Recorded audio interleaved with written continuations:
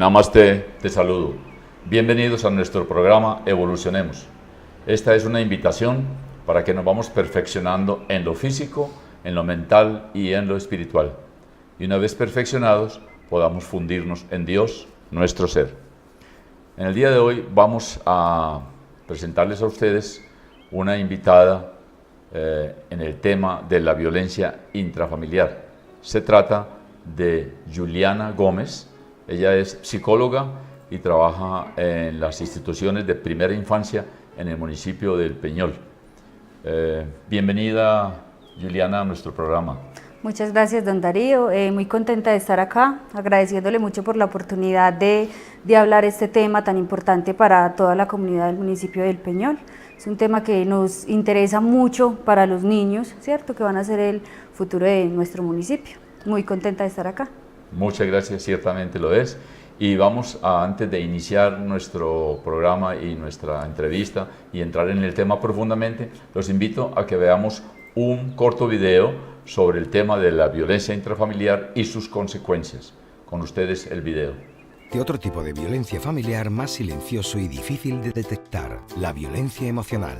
Ambas se caracterizan por acciones que el integrante de una familia ejerce contra otro, ocasionando daños físicos o psíquicos. Pero además de estos dos grandes grupos, también cabe destacar que la violencia familiar puede llegar incluso a incluir casos de abuso sexual.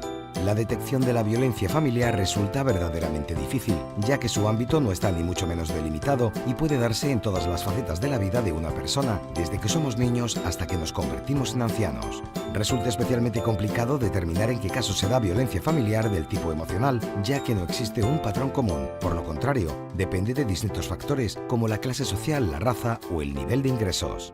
Lo que sí resulta incuestionable es que todas las consecuencias derivadas de la violencia familiar pueden influir sobremanera en el desarrollo de la víctima. Violencia familiar. 5 consecuencias psicológicas. 1. Depresión. La violencia familiar es claramente una de las situaciones que pueden provocar depresión de una forma más notoria, aunque la víctima trate de llevar la tragedia en silencio. Esta depresión se caracteriza principalmente por una gran tristeza, acompañada de melancolía y por falta de comunicación, lo que a su vez puede derivar en una pérdida de contacto con las personas más cercanas de su entorno social. 2. Aislamiento social. El alejamiento del entorno es consecuencia del punto anterior y desde luego se trata de un acto involuntario fruto de la incapacidad de gestión ante comportamientos vejatorios que sufre. Cuando una persona se distancia de sus amigos y familiares o pierde las ganas de salir sin causa aparente, probablemente sea un indicativo de que pueda estar padeciendo algún tipo de violencia familiar. 3. Ansiedad.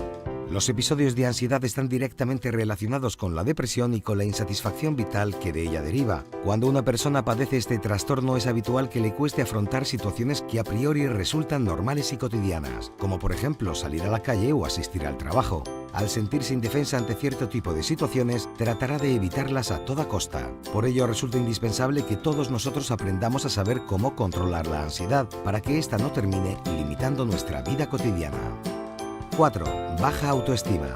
La víctima de violencia familiar suele mostrar una autoestima rotundamente baja, ya que además de los abusos sufridos, tiende a culpabilizarse por la situación que está viviendo, asociando todo lo que le ocurre como consecuencia de su propio ser.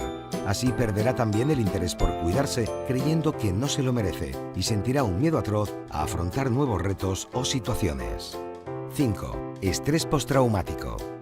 El estrés postraumático es un trastorno que se relaciona directamente con la ansiedad. Este se asocia, como su nombre indica, a situaciones que han creado un trauma en la persona, generando que la persona que lo padece sienta temor o miedo a que vuelva a repetirse la situación que tanto daño le ha causado. Obviamente, este trastorno repercute de manera directa no solamente en la forma de vivir de la persona, sino también en la gente de su alrededor. Las consecuencias psicológicas derivadas de la violencia familiar que acabamos de enumerar deben servir de ayuda a la hora de identificar a posibles víctimas y casos. Por tanto, si conoces a alguien que sufra estos trastornos y tengas indicios de que pueda estar sufriendo abusos, haz lo posible por sacarle de dicha situación. Bien, ahí pudimos observar en el video las consecuencias psicológicas que resultan de la violencia intrafamiliar. Vamos a iniciar entonces nuestro tema y vamos a empezar a verlo globalmente, lo que es la violencia en sí, ese fenómeno tan generalizado a nivel mundial y en nuestro país, Colombia, desafortunadamente tan arraigado desde tanto tiempo atrás. Juliana, vamos entonces a iniciar nuestro tema y dinos cuál podría ser la definición de ese concepto general de violencia. Bueno, don Darío, yo creo que es muy importante contextualizarnos en los dos conceptos, familia y violencia. Si bien familia todos sabemos que es como ese núcleo, esa base de todas las personas, ¿cierto? Donde nos desarrollamos en la etapa más importante de nuestra vida.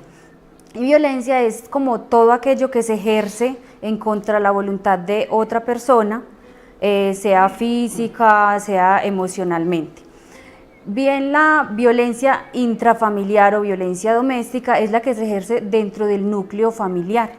En esa, un integrante de la familia tiende a juzgar, a apartar, a aislar, a ejercer una fuerza o un juzgamiento hacia otro miembro de la familia, bien sean los hijos, los padres, el esposo, haciéndolo sentir inferior y muchas veces llevándolo llevando pues como a esa violencia o a ese maltrato en la familia. Este miembro de la familia, bien sea el esposo o bien sea un hijo o bien sea alguno de ellos, que es un maltratador. Y entonces, Juliana, esos maltratadores tienen unos tipos, unas características específicas con las cuales nosotros los podemos distinguir. Atención a lo que Juliana nos va a decir sobre esas características de la persona maltratadora, de la que ejerce la violencia, sobre todo a nivel familiar. Dinos. Claro, don Darío, cuando nosotros encontramos a una persona que es maltratadora, por lo general son personas que son dependientes, ¿cierto? Que son personas que tienen esas carencias de afecto, que en su infancia tal vez fueron maltratados, que son personas que siempre se quieren sentir más, que quieren sentir que pueden dominar, que pueden aislar, que pueden manipular a otras personas. Entonces uno los va identificando porque son personas que se quieren mostrar seguras, que se quieren mostrar posesivas, pero en realidad son personas que están dependiendo de aquellos con quienes conviven. Entonces se van notando características de que son celosos, de que todo el tiempo quieren estar controlando aquellas acciones que haga, por ejemplo, su esposa o sus hijos, que quiera dominar, que quiera mandar. Son personas que por lo general siempre quieren estar teniendo el conocimiento o el control de todo lo que está sucediendo en su entorno. Entonces no permite que la pareja salga con sus amigos o que los niños compartan, sino que siempre quieren tener ese control de esas personas. Muy bien, esas características nos definen al maltratador. Y miren ustedes, señores televidentes, que casi siempre el maltratador tuvo una niñez también, fue maltratado en su niñez, tuvo una niñez mala, tuvo una niñez muy difícil, y por eso va también a tratar de repetir ese comportamiento durante su vida familiar. Sí. Ahora, Juliana, estamos en el concepto general de violencia. Podemos definir o podemos decir, podemos aquí conversar acerca de los tipos de violencia que existen. ¿Cuáles serían las diferentes? Claro, don Darío, yo creo que antes de hablar un poquito de los tipos de violencia, me parece algo muy importante para todas las familias que nos están viendo en este momento, y es tener en cuenta como una serie de etapas por las que se van pasando en la violencia. Primero hay como una etapa de acumulación de tensión, que es donde se van presentando como todas esas dificultades, que las pequeñas situaciones que se viven se van volviendo momentos estresores. Luego se da un momento donde se explota, pues, por decirlo así, y el maltratador llega a agredir a su víctima, sea emocional o psicológicamente, ¿cierto? Y la última es la que conocemos como luna de miel, que el maltratador tiende a tratar de reconciliarse con la persona a la que agrede o con sus hijos, donde hay como un supuesto arrepentimiento del maltrato que tiene hacia esas personas, ¿cierto? Me parece muy importante, porque para conocer los tipos de violencia, cuando estamos en casa y vivimos un tipo de violencia y nos damos cuenta y siempre tendemos a decir, no, es que él ya está cambiando, es que él va a mejorar, él me prometió que va a cambiar, ¿cierto? Entonces podemos empezar por un tipo de violencia emocional, pero en algún momento llegaremos a un tipo de violencia física. Entonces, respondiendo a su pregunta, tenemos tipos de violencia, una de las más, pues todas son muy complejas, pero la violencia física es de pronto la que muchas veces notamos más. ¿Por qué? Porque se nota a nivel físico, como su nombre lo indica. Entonces es donde tendemos a agredir a la otra persona con golpes, con puños, con pellizcos. A los niños empezamos a maltratarlos, entonces ya no los estamos corrigiendo, sino que estamos agrediéndolos físicamente. Otra es la emocional, que es una muy común, porque entonces ya no llegamos a tocarlos, pero siempre los hacemos sentir como que valen menos, tendemos a humillarlos, a hacer sentir que no valen, que no tienen la capacidad para hacer algo, que porque usted es la mujer de la casa usted no puede salir, porque usted es la mujer de la casa solamente tiene derecho a cocinar, solamente puede hacer aseo, el hombre es el que puede, ¿cierto? O también se da en el caso de que las mujeres pueden tener un tipo de violencia contra el hombre, ¿cierto? Otro tipo de violencia, como lo veíamos en el video, puede ser el sexual, también es considerado como tipo de violencia intrafamiliar. En este tipo de violencia sexual encontramos tres formas. Uno de ellos es pues lo que es el incesto, que son ese tipo de relaciones que se dan entre las personas que tienen lazos sanguíneos en común. El abuso sexual, que muchas veces los padres no saben, pero el hecho de que nosotros a nuestros hijos le permitimos ver programas de pornografía o vernos a nosotros como padres de familia teniendo un tipo de relación y ellos observar eso, también lo tenemos considerado como un tipo de violencia sexual. Y otro sería ya como la violación, el abuso, que sería donde ya está pues como una penetración como tal, también está todo acogida pues como lo que es la violencia sexual. Y ya por último pues lo que es como la violencia económica, que la violencia económica consiste en como esa negación a las personas del núcleo familiar a recibir sus derechos de adquirir las cosas que ellos necesitan, ¿cierto? Por ejemplo, negarle a los niños la alimentación, a la esposa el derecho de recibir su dinero para comprar las cosas de la casa, entonces creen que porque son los que mandan, por los que dominan, son los que tienen el derecho a manejar todo a nivel económico, entonces ya también hay una violación. En todos estos tipos de violencia siempre se van presentando situaciones de difícil manejo, situaciones de estrés y van presentando que se van dando esas dificultades que muchas veces van tendiendo a crear ese tipo de maltrato dentro de ese núcleo familiar. Muy delicado este tema y lo que nos dice Juliana de los diferentes tipos de violencia lo vemos a diario en nuestra sociedad, en nuestras familias. Miren ustedes un dato estadístico, en Colombia desde enero hasta mayo del presente año 2018 se han registrado por medicina legal 33.000 casos de violencia intrafamiliar. De esos 33.000 casos, 25.000 han sido en mujeres, siendo la víctima las mujeres, y solo 8.000 siendo los hombres las víctimas. Son datos reales y estos van siempre registrándose. Es muy delicado el tema y ustedes, televidentes, nunca nos cansaríamos de enseñarles, de decirles, de repetirles la importancia de este tema para que distingan ustedes y no vayamos a caer esto y vamos siempre purificando nuestra sociedad. Sí, don Darío, y yo creo que a eso le sumaría un poquito que la gente no denuncia, la gente le da pena, le da vergüenza denunciar, o muchas veces por lo que hablaba ahorita, las personas piensan o tienden a creer que la persona va a cambiar, que todo va a mejorar.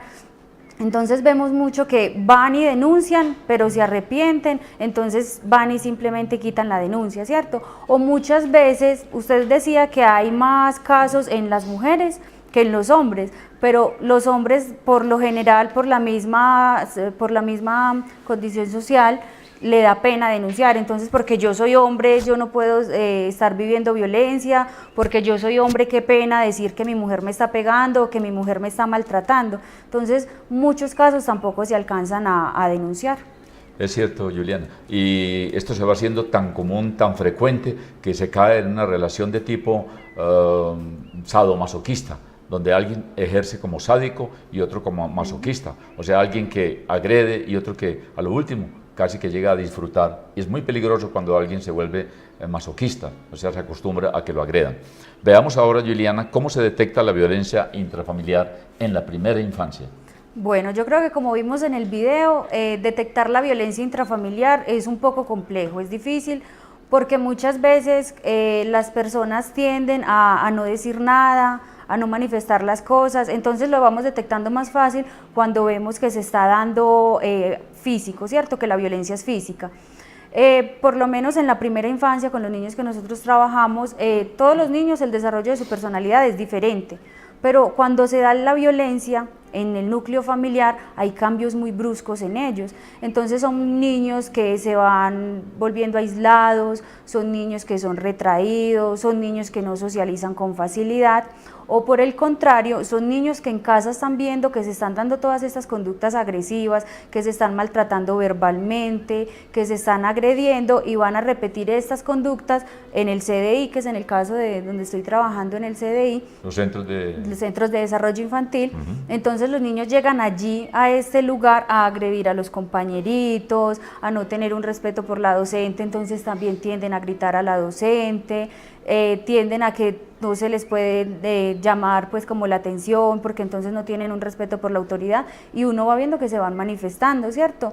Los 5 de las consecuencias que veíamos ahorita, que veíamos que una de ellas es la depresión, uno va detectando en los niños porque los niños se van aislando, ¿cierto? Y los niños necesariamente no siempre están activos, hay niños que unos días amanecen pues como más animaditos, otros días que amanecen más apagaditos, pero siempre tienen un estado de ánimo muy alegre, muy constante. Cuando vemos que ya los niños empiezan como a aislarse, hay que entrar a mirar qué está pasando aquí, porque el niño nos está cambiando y nos vamos dando cuenta. Empezamos a trabajar con ese núcleo familiar y vemos que es que algo está pasando. Este es un mensaje para los padres de familia, que muchas veces cuando se acostumbran a ejercer esta violencia intrafamiliar, creen ellos que diciéndole a los niños que guarden silencio o que eso se va a dar. No, se detectan esas tendencias de violencia intrafamiliar en los niños. Nosotros lo detectamos cuando ellos van a asistir a sus centros de educación. Así que no hay ese secreto, no existe. Eso se encuentra fácilmente. Sí, don Darío, y por lo general cuando nosotros estamos trabajando, uno empieza a conocer sus niños, sus grupos, ¿cierto? Entonces vemos cómo hay una serie de comportamientos diferentes en los niños y primordialmente se llama pues como a los principales cuidadores, que serían padre y madre o el acudiente en su caso, y empezamos pues como a trabajar con ellos, y a veces nos damos cuenta entre esa misma entrevista que realiza uno con el papá y con la mamá, se da cuenta que van mostrando como esa personalidad de la que hablábamos ahorita, que son dominantes, que quieren resaltar ante, de pronto sea en el esposo o con la esposa, y empiezan muchas veces los mismos padres a tratar de hacer quedar a los niños como mentirosos, porque muchas veces los niños se acercan a uno, entonces uno crea en ellos como la conciencia de que uno está dentro del CDI para acompañarlos, para que si necesitan algo nos digan, si están tristes nos digan por qué. Entonces muchas veces ellos llegan solitos y dicen, ay, es que hoy estoy triste porque mi papá anoche me pegó, o anoche mi papá le pegó a mi mamá. Ellos mismos le van relatando a uno, no todos, ¿cierto? Porque todos tienen como su desarrollo diferente, pero entonces llega uno a hablar con esta mamá, no, es que ella es muy mentirosa, ella todo el tiempo me dice mentiras, ella todo el tiempo le quiere hacer pensar a los demás lo que no es. Y va uno a indagar y en realidad hay un maltrato, sea entre los padres o sea contra el mismo niño, pero se está viviendo una violencia intrafamiliar que está afectando a los niños. Muy bien, ya hemos visto la forma como se detecta esta violencia intrafamiliar. Ahora, Juliana, dinos las consecuencias de la violencia intrafamiliar en el desarrollo de la primera infancia en los niños. Cuéntanos qué consecuencias tiene. En los niños básicamente, bueno, cuando estábamos observando el video veíamos 5 consecuencias, ¿cierto? Pero son 5 consecuencias que de pronto ya decimos de manera muy específica en los adultos. Si bien sabemos la primera infancia es la edad más sensible para los niños presentarse ante estos factores de riesgo, es la edad donde los niños se están desarrollando física, psicológicamente. Entonces cuando el niño está viviendo esas violencias en la casa, en el momento nosotros vamos viendo que las consecuencias para ellos es como esa dificultad de expresarse emocionalmente, ya presentan dificultades para demostrar sus emociones, son niños que no tienen facilidad de adaptarse con sus otros pares, con los otros niños, son niños que se les dificulta relacionarse, establecerse con otros amiguitos. Son niños que por lo general se van mostrando tristes, pues, hasta en el momento de la alimentación nosotros vemos que los niños van teniendo esas dificultades. A medida que va pasando el tiempo, en este momento ellos están pues como en un espacio donde interactúan con los niños y estamos como, ese aprendizaje se va dando siempre por medio del juego, pero los niños van a ingresar a una educación Ya cuando llegan al preescolar, que el nivel de exigencia es más alto, que ya llegan a primero donde tienen que ser más independientes, ahí se van marcando más las consecuencias, porque ya vemos que son niños que a nosotros no se nos adaptan pues con total facilidad, sino que son niños que siempre van a tener como ese problema a relacionarse. Entonces siempre va a estar el límite donde el niño va a ser muy introvertido, donde va a ser muy aislado, donde va a ser muy callado, o por el contrario va a ser el niño que siempre está agrediendo a los otros niños, que siempre está creando como el conflicto dentro de los grupos donde está socializando. Debido a todo esto vamos a tener que atender, vamos a hacer una atención integral, tanto a los niños como a los padres, la pareja, la familia en sí. Dinos entonces, Juliana, ¿cuál es esa ruta integral de atención para la violencia intrafamiliar? ¿Cómo atendemos eso? Bueno, acá dentro del municipio contamos con el despacho de comisaría de familia. La invitación es que todas las personas, si en su casa, su núcleo familiar se está presentando esta violencia, acudan pues como al despacho de comisaría de familia, allí se evalúa el caso, se le hace el debido seguimiento y se mira pues como que cómo se trabaja. Nosotros la ruta que manejamos es que muchas veces nosotros llamamos a los acudientes, como le decía ahorita, pero siempre remitimos el caso a comisaría de familia, porque es una situación de maltrato y uno de nuestros principales deberes es garantizar los derechos de los niños y de las niñas. Entonces, obviamente, un niño que está siendo maltratado, se le están violentando los derechos porque no está creciendo sano. Lo ideal es que su desarrollo sea feliz, que sea agradable y que no se estén presentando este tipo de conflictos. Entonces, la ruta es esa, comisaría de familia, ya comisaría de familia hace pues como la respectiva evaluación del caso, se llama a los acudientes, al agresor, ya dependiendo pues como el tipo de violencia, el grado del tipo de violencia, se hace un retiro de los niños o muchas veces se hace pues como esa educación y ese acompañamiento continuo con los padres de familia. Les pedimos muy sinceramente un esfuerzo de parte de ustedes para que vamos erradicando estas posibilidades de violencia intrafamiliar. Luchemos todos, padres, hijos, hermanos, luchemos para que esto no se dé y podamos terminar de una vez con este maleficio, con esta tremenda situación. Y estos niños que hoy en día son agredidos, mañana serán los agresores y continuaremos con esta cadena. Mochemos, rompamos esas cadenas de una vez. Finalmente, Juliana, lo más importante, ¿cómo prevenir la violencia intrafamiliar? Porque ya sabemos que está. ¿Cómo la prevenimos? Bueno, yo diría que algo muy importante es empezar desde los núcleos familiares. Lo más importante es que como padres de familia cada uno nos ocupemos de establecer esos vínculos con los niños, de que el tiempo que se le preste a los niños sea de calidad, ¿cierto? Muchas veces sabemos que tenemos que salir a trabajar, que vemos los niños pocas horas al día, pero que esas horitas en que estamos con ellos sea un tiempo en que vamos a compartir, que sea un tiempo donde le vamos a dejar una enseñanza. Desde el Centro de Desarrollo Infantil hacemos pues como un trabajo con las docentes, donde trabajamos el buen trato, el respeto hacia el compañero, la confianza con el docente, para que ellos siempre tengan claro cómo el niño va tratando a los otros niños, ¿cierto? Y a la docente, que lo vean como una persona de autoridad y se va previniendo esa violencia. Usted lo decía, un niño que maltrata ahora, que está pequeñito, va a ser un niño que cuando sea un adulto va a maltratar a su esposa, otra vez va a maltratar a sus hijos. Entonces sería también trabajar mucho con los niños ese manejo de las emociones, un niño que sabe que el hecho de que no tenga algo no tiene que llegar a agredir a su compañerito, sino que hay que esperar, que va a tener su turno. Entonces desde el Centro de Desarrollo Infantil vamos trabajando todas esas cosas, pero es muy importante que desde las casas también vamos fomentando esto. Y también hay algo muy importante, y es que muchas veces esta es la población que nosotros tenemos porque la tenemos en la institución, pero muchos niños no están en la institución, muchos padres de familia no tienen pues como el acceso a las capacitaciones que nosotros realizamos o a este tipo de programas, y muchas veces lamentablemente son los que son maltratadores y los que se les está presentando la dificultad. Muy bien, Juliana.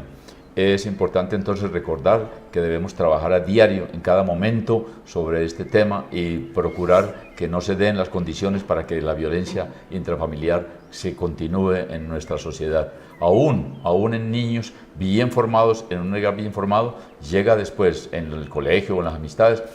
Hemos tenido casos aquí en nuestro medio donde niños bien formados fueron a la cárcel por delinquir y simplemente hacerle caso a otro compañerito, aunque este no es el tema de violencia intrafamiliar, pero si ese niño que es bien formado, que está dentro de un hogar, puede tener esos peligros. ¿Qué peligro no tendrá aquel que proviene de la violencia intrafamiliar? Claro, don Darío, lo que pasa es que muchas veces el hecho de que hay un niño agresor, puede que, como usted lo dice, en su casa están con principios, con respetos, pero de todas maneras el niño siente que el otro lo está agrediendo por el mero hecho de defenderse, también va a llegar a agredir y puede llegar a crear ese tipo de conflictos. Muy bien, se nos agota el tiempo y nos queda solamente agradecerle profundamente a Juliana Gómez su comparecencia, su presencia, su sabiduría, sus conocimientos que van a enriquecer a nuestra comunidad, y las puertas abiertas en nuestro programa Evolucionemos para cuando quiera regresar y hablarnos de sus buenos temas. Muchísimas gracias a usted, muy contenta, a todos los televidentes que por favor denuncien, que presten mucha atención a este tema porque es el desarrollo de los niños y van a ser los adultos en un futuro, y la idea es que desde nosotros mismos vamos poniendo el granito de arena para tener una mejor comunidad acá en el municipio del Peñol. Muy bien. Muchísimas gracias. Con mucho gusto, y invitada nuevamente, como le digo, y a ustedes, señores televidentes, muchas gracias por escuchar nuestro programa y estas maravillosas enseñanzas que nos dieron el día de hoy. Por ahora, los invitamos para nuevos programas en el tema de Evolucionemos. Por ahora, Namaskar, que Dios los bendiga.